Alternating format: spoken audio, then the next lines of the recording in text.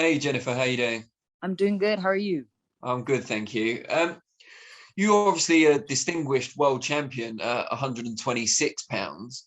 Yes, sir. Why did you skip the 130-pound division, especially now you have a fellow American in Michaela Mayer, who's the Right. WBO champion at the weight? Right. I think anybody would skip a division to get the chance to fight Katie Taylor. So for me, it was a no-brainer. I mean, I fought my entire career as featherweight, but I'm ready to move up, and Katie Taylor gave me this opportunity, and I'm going to seize it. I'm not going to wait around and be like, oh no, I need to fight at super featherweight. Nope. Lightweight is good for me. Lightweight is good for me. So, assuming you win, this would be a permanent move up to 135. Absolutely. Absolutely. Excellent. We're up for bigger and better things. And you had 2 years roughly out of the sport. You had your second child, of course. Did you ever consider walking away from the sport at that point, given everything you'd already achieved? Actually, when I was pregnant with my first son, I was ready then. I was ready. I felt I was ready because I wasn't getting any of the big fights. I was defending my title successfully and not being put on TV. And we were working so hard, and I felt like I wasn't getting anywhere. So I was a little bit disappointed in boxing because, I worked hard and I wasn't getting what I felt that I deserved. So I was ready to hang up the gloves.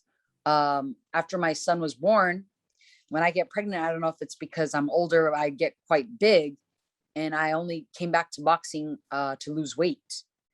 And as I was losing weight, my coach was very impressed. He was like, "You've been sparring better than ever.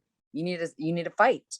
So then I fought last year, February, and then we talked to the IBF about moving up in weight, and they were going to put me on the IBF. They're going to put me on the Katie Taylor undercard for May 2nd, like I had said earlier, but COVID happened and they weren't allowing foreigners even when they rescheduled her fight. So baby number 2, I mean, my life can't stop. It has to move forward.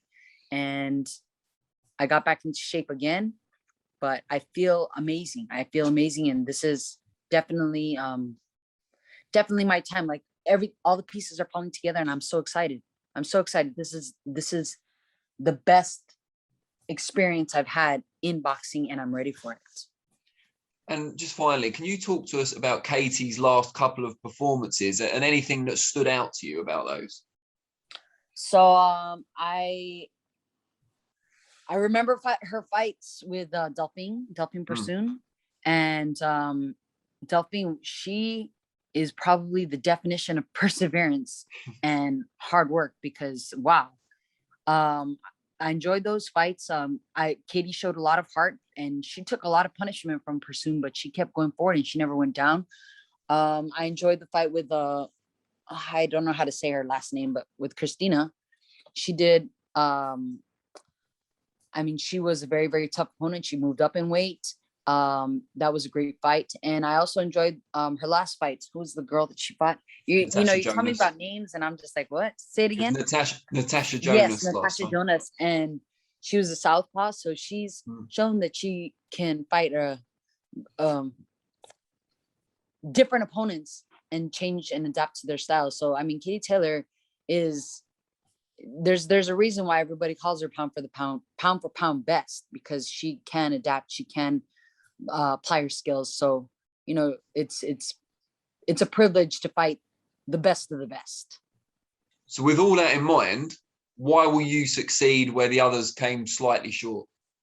So I believe that all of them have still fought for Katie's game plan, and I'm not going to criticize any of them for it. They've all fought their best fights, but I don't plan on fighting for Katie's game plan.